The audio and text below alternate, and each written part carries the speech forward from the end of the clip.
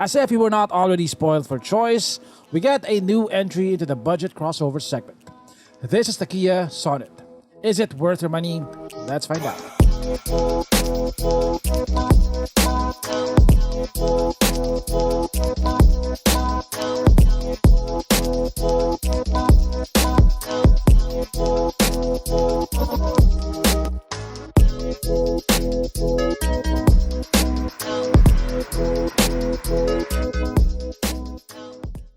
Okay, so what we have here is Kia's latest entry into the subcompact crossover market. So this should replace the Kia Stonic and Kia's lineup. In terms of size, it is much bigger than the Kia Stonic. It is longer, it's wider, it's also taller.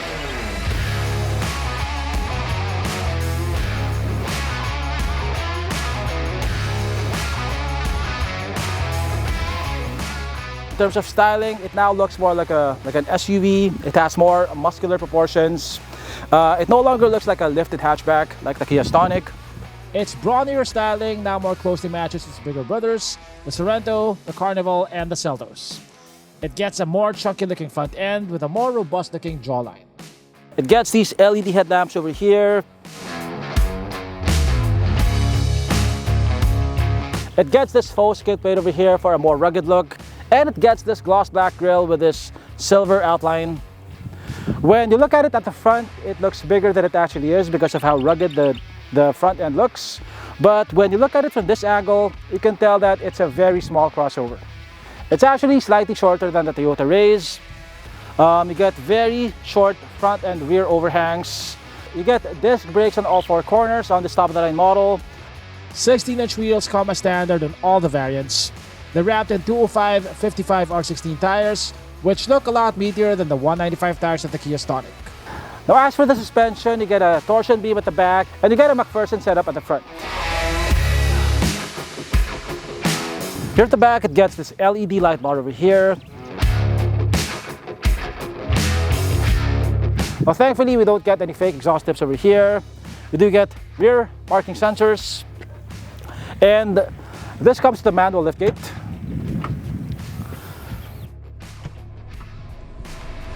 Okay, so space back here is pretty good. Definitely more than the Toyota Raize and more than the Kia Sonnet for sure.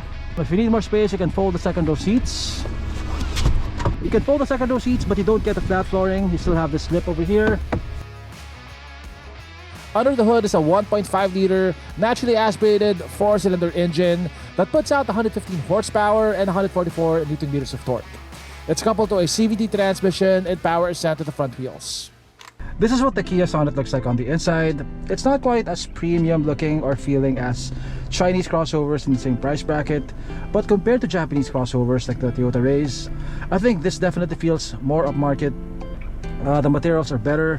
The plastics don't feel as cheap. This is very thick right here. Now all the touch points are covered in soft touch materials. This is leather wrapped over here. You get a soft padded armrest over here. It's not leather wrapped, but it has some sort of soft padding over it. You got these gloss black accents over here. It's just enough to give the car a more premium look, but not so much that it'll become a scratch magnet. These are non-high traffic areas over here. So this gets quite a lot of tech. You don't get adaptive cruise control, but you do get lane keeping assist and autonomous emergency braking. You have the single zone climate control. This gets a 10.25 inch screen. It has Apple CarPlay, it has Android Auto. You also get a reverse camera with active guidelines. It also gets a fully digital instrument cluster over here. Down here you get one USB-C port, one USB-A port, and one 12-volt outlet. You get a manual handbrake over here. Thankfully, we got an armrest. We also get a sunroof over here, which I believe you don't get on the Toyota Raize. The seats are covered in ventilated leather. Both front seats are manually adjustable. You got a wireless phone charger over here. And you also have a bit of storage here for random items. The glove box is pretty decently sized. It's not dampened. You have a bit of storage underneath the armrest. It's of a decent size. You have two cup holders over here. You have power folding side mirrors. Yeah, not bad, right? For 1.1 million pesos, I think this interior definitely looks pretty good for for a mainstream brand. Okay, so at the back seat we got 2 aircon vents over here and 2 USB-C ports. You also have a little cubby over here for storing small items. The materials here at the back are the same as at the front. We got this leather wrapped armrest over here. Legroom is okay. I have about 3.5 inches of knee room. I'm sitting behind myself.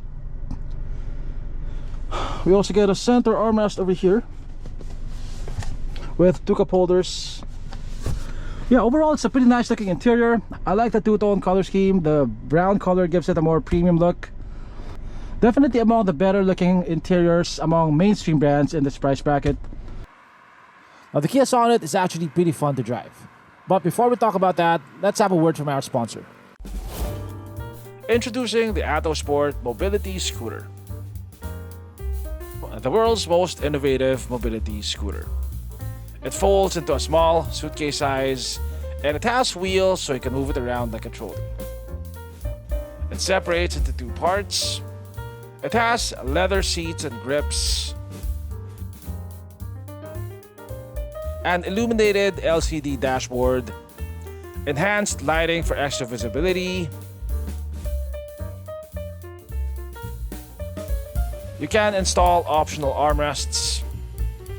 It's perfect for seniors as it's easy to lift and unfolds in seconds.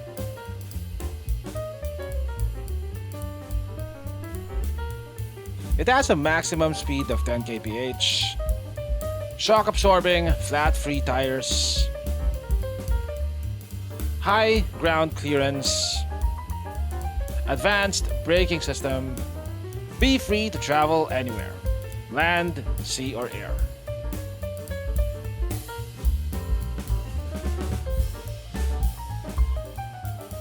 It has 20 kilometers of continuous driving range. Engineered with flair, designed with passion for performance.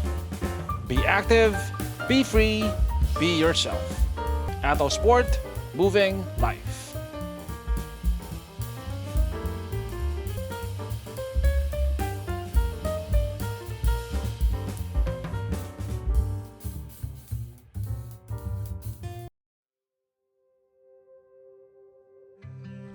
Okay, so let's take this car out for a spin.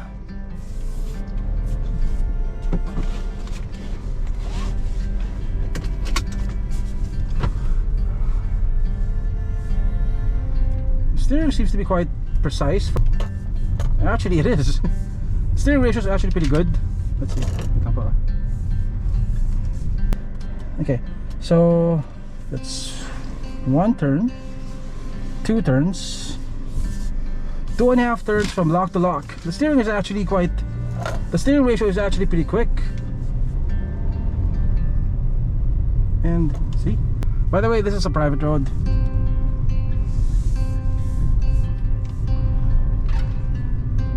Steering just has enough weight to it for a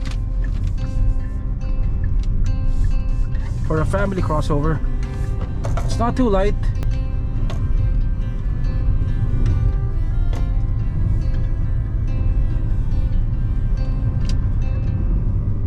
NVH levels are pretty good. It's pretty quiet inside the cabin.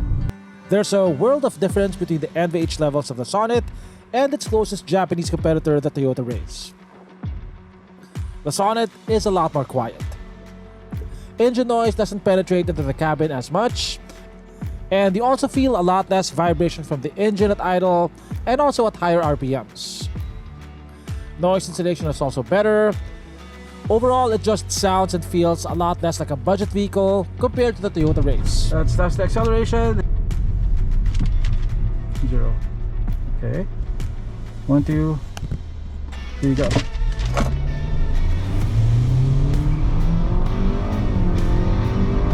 Okay, so listen to that again. Now the Sonnet has a CVT transmission, but it doesn't sound like it. 1, 2. It simulates shifts in a realistic way. When it hits the red line, the RPM goes down quickly and then goes up back again at a rate that's similar to a regular automatic transmission. So you don't get that dreaded CVT drone. The Sonnet is equipped with advanced driver assist and active safety features such as lane keeping assist, autonomous emergency braking, and high beam assist. It doesn't have adaptive cruise control, but at this price, that's completely forgivable. Okay, we have lane keep assist turned on. Let's see how it works. It actually is doing pretty well, kinda. Yeah. Lane keeping assist works, although it's not as precise as other systems in the market, like the one on the Zoom. It tends to bounce from line to line and will occasionally veer off the line. It's not really meant to be used as autopilot anyway. You're still supposed to have your hands on the wheel at all times, and it'll warn you if you take your hands off the wheel for too long. Now, in terms of handling, the vehicle feels quite peppy to drive. The steering feels tight, if a bit numb. It can change directions quickly without much body roll. The suspension seems to be a bit on the firmer side, but ride quality seems to be acceptable, at least on these well-paved roads.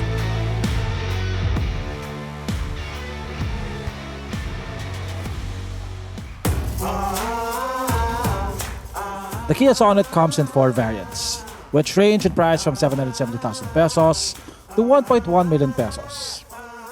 This particular variant is the top-of-the-line SX. All variants will come with Apple CarPlay and Android Auto. All come with 16-inch wheels. Only the SX variant comes with a sunroof, leather seats, and a huge 10.25-inch screen. The LX and the EX variants come with smaller 8-inch screens.